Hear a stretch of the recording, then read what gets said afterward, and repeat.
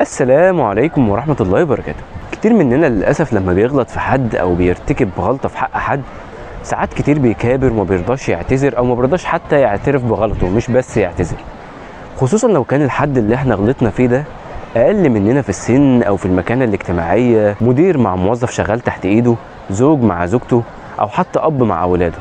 طب يا ترى مين فينا أعلى منصب وشرف وحكمة وقدر وخبرة وفهم؟ لا، ما تفكروش، هو سيدنا النبي عليه الصلاة والسلام. طب يا ترى سيدنا النبي عليه الصلاة والسلام كان بيعمل كده؟ أكيد لا. طب تعالوا نشوف سيدنا النبي عليه الصلاة والسلام كان بيعمل إيه. في يوم من الأيام كان النبي عليه الصلاة والسلام بيجهز الجيش لغزوة بدر، فالرسول عليه الصلاة والسلام كان واقف يسوي صفوف الجيش. والرسول عليه الصلاة والسلام بيسوي الصفوف، كان في أحد الصحابة اسمه سيدنا سواد. سيدنا سواد كان واقف خارج عن الصف شوية، فالرسول عليه الصلاه والسلام نغزه خفيفه بالعصايه كده عشان يرجع مكانه في الصف. فسيدنا سواد بص للرسول عليه الصلاه والسلام وقال له: اوجعتني يا رسول الله. فالرسول عليه الصلاه والسلام لما سمع سيدنا سواد بيقول له كده وقف مكانه. والصحابه اول ما سمعوا جمله سيدنا سواد حصل صوت زي همهمه كده في الجيش. همهمه دي يعني كلام خفيف كده ما بينهم، وصوت همسهم مع بعض عالي، مستغربين من الموقف اللي عمله سيدنا سواد. فالرسول عليه الصلاه والسلام راح لسيدنا سواد وقال له: اقتص مني يا سواد، يعني خد حقك مني يا سواد.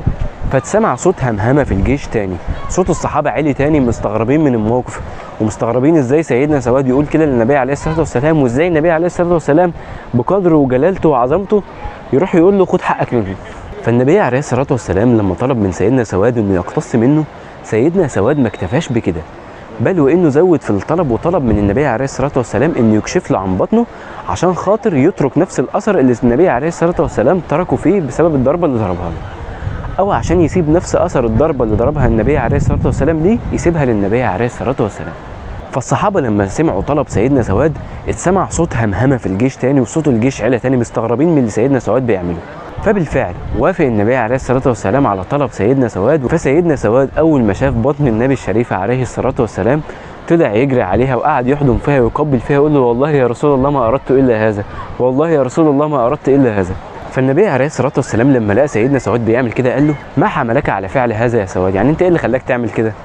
فسيدنا سواد قال له: يا رسول الله انا مقبل على قتال، يعني انا داخل على قتال، داخلين على الحرب، وانا مش عارف اذا كنت هعيش ولا هموت، فانا حبيت لو كنت هموت ان يبقى اخر حاجه لمستها هو جسدك الشريف عليه الصلاه والسلام، عليه الصلاه والسلام. بأبي انت وامي يا رسول الله.